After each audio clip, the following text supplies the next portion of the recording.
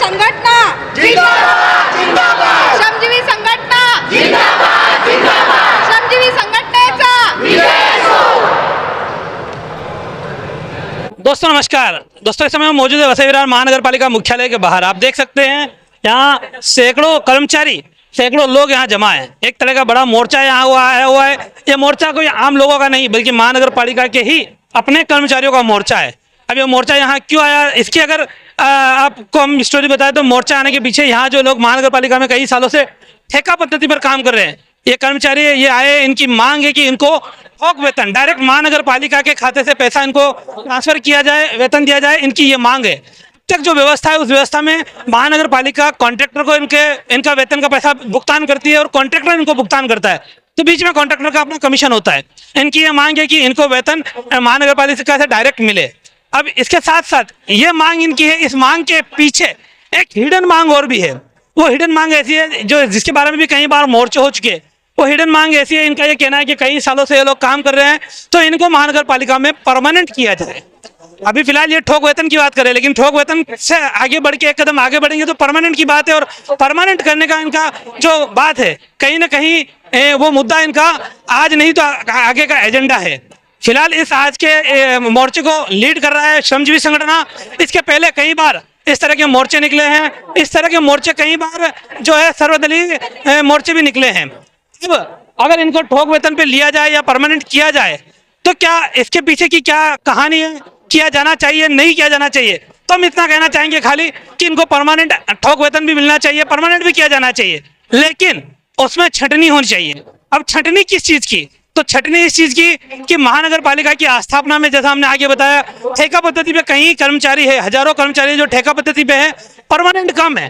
लेकिन ठेका पद्धति पर जैसे तैसे कई कर्मचारियों को लिया गया है और ये कर्मचारी ज्यादातर शिक्षा तो ठीक है, लेकिन कहीं ना कहीं किसी न किसी सिफारिश के बलबूते पर महानगर पालिका में ठेके पर शामिल किए गए हैं। और उसी सिफारिश का नतीजा है कि एक ही घर से एक से अधिक 2, 3 बल्कि 4 लोग भी एक ही घर से महानगर पालिका में कर्मचारी कार्यरत है। कोई कर्मचारी उसमें सफाई कर्मचारी है, तो कोई इंजीनियर है, कोई लिपिक है, ऐसे अलग अलग। तो एक ही घर के क्या अगर 4 कर्मचारी है तो उनको परमानेंट किया जाना दूसरों के साथ अन्याय नहीं है? ये एक सवाल है। तो कहीं ना कहीं इनकी छटनी की जानी चाहिए। पहले ऐसे लोगों को मौका मिले जो घर में से एक है, फिर उसके अलावा अगर ऐसे कई और भी लोग हैं जो घर में से अधिक है तो उनमें से भी किसी एक को यहाँ परमानेंट किया जाए तो तब तक ठीक है। लेकिन अगर हर एक कर्मचारी ये मांग करता है कि हमें परमानेंट किया जाए तो उनकी ये मांग मुझे लगता है जायज़ नहीं है। इस पर कहीं ना कहीं एक समिति बनकर महानगर पालिका को सोचना चाहिए। कई साल से लोग महानगर पालिका में काम कर रहे हैं, इस आधार पर इनको महानगर पालिका में शामिल किया जाए। तो ऐसी इनकी मांग है तो उस मांग में कहीं ना कहीं इनके साथ अन्याय नहीं होना चाहिए, तो साथ ही साथ दूसरे लोगों के साथ भी अन्याय नहीं हो, इसका ध्यान रखना चाहिए। फिलहाल इस आज के मामले में वसई की विधायक स्नेहा दुबे पंडित यहाँ आई हुई है। ऊपर अभी वार्तालाप चालू है महानगर पालिका अधिकारियों से। जैसे ही मैडम आएगी हम आपको अपडेट देते रहेंगे और आपको दिखाएंगे मैडम का इसमें क्या कहना है यहाँ इनके लोगों का। फिलहाल आज के लिए अभी के लिए इतना ही। नमस्कार, जय हिंद, जय महाराष्ट्र। मैडम क्या कहेंगे, आज क्या विषय था यहाँ पर महानगर पालिका में आप आए हैं, इतना बड़ा मोर्चा है उसको आप लीड करने क्या विषय? मोर्चा को मैं लीड नहीं कर रही हूँ। मोर्चा को श्रमजीवी कामगार संगठना के कार्याध्यक्ष सुल्तान भाई और वसई तालुका के सचिव सुनील जी ये लीड कर रहे हैं। उन्होंने लोक प्रतिनिधि के नाते मुझे यहाँ पे बुलाया था। इन सभी कर्मचारियों का निवेदन श्रमजीवी संगठन ने मुझे सुपुर्द किया है और उनके साथ मैंने महानगर पालिका के अधिकारियों के साथ मीटिंग की, क्योंकि एक लोक प्रतिनिधि होने के नाते शासन या संगठन और लोग इनके बीच का एक ब्रिज हूँ मैं। उनकी समस्याएं शासन तक पहुंचाना मेरा काम है। इसीलिए जब संगठन मेरे पास कोई काम लेके आती है तो वो शासन तक पहुंचाना वो मेरा काम है।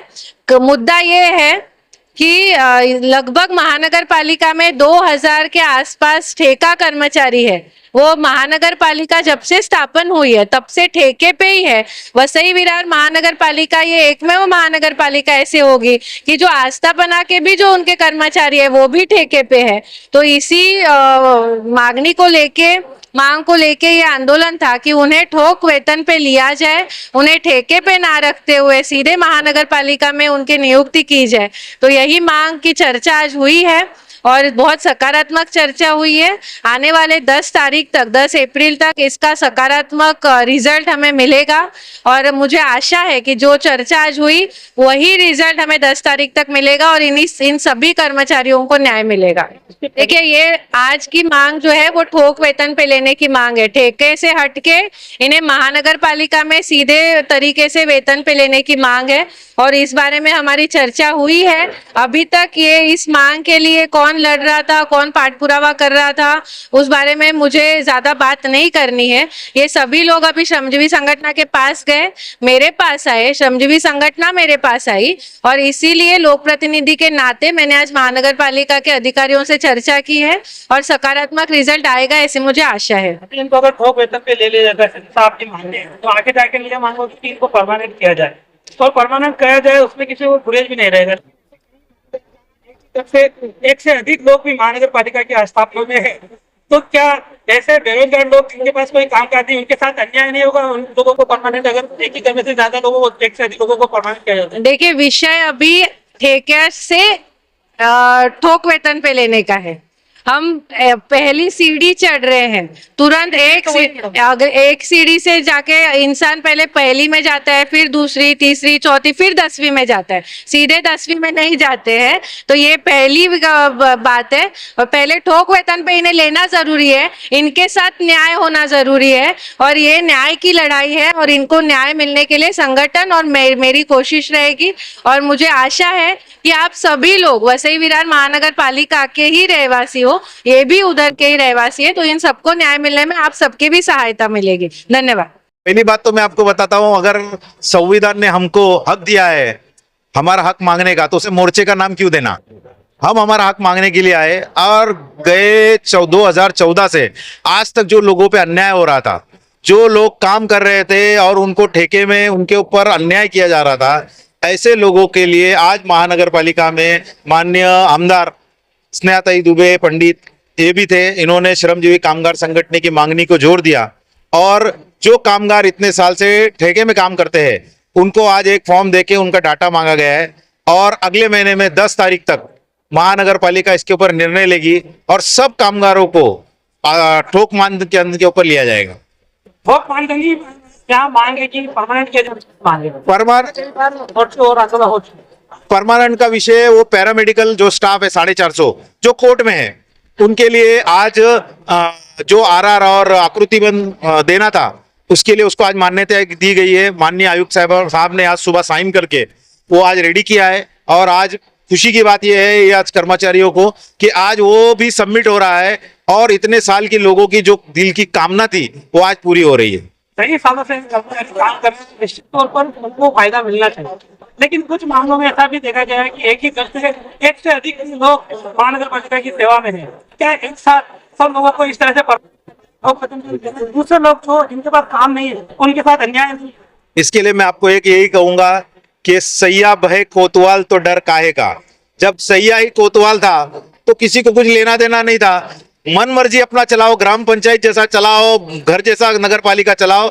लेकिन मुझे ऐसा लगता है कि अभी ये महानगर पालिका ये लोगों के चुंगल से आजाद हो गई है। जैसा इन्होंने महाराष्ट्र को जो कायदा लगता है, देश को कायदा लगता है, वसई विरार को कभी कायदा नहीं लगता था, लेकिन अब ऐसा लगता है वसई विरार की जनता ये जान गई है, अधिकारी ये जान गए और अब ये कायदा लोगों के हित के लिए और लोगों के हित में रहेगा। मेरा सवाल का आपके पॉलिटिकल जवाब देने का सवाल जो है उसका सीधा जवाब श्रमजीवी संगठन है, ये मांग कर रहे हैं तो एक करते 3-3 4-4 लोग हैं, उनको भी परमानेंट किया जाएगा, तो क्या दूसरे लोग आज रोजगार नहीं है उनके साथ अन्याय नहीं? आपके सवाल का ये जवाब है कि जो लोग 10 साल से 5 साल से काम कर रहे हैं वो एक घर का 10 हो के 5 हो, उससे क्या लेना देना है? फिर लोगों के घर में जिसका एक था उसने 2 आदमी क्यों काम नहीं किया?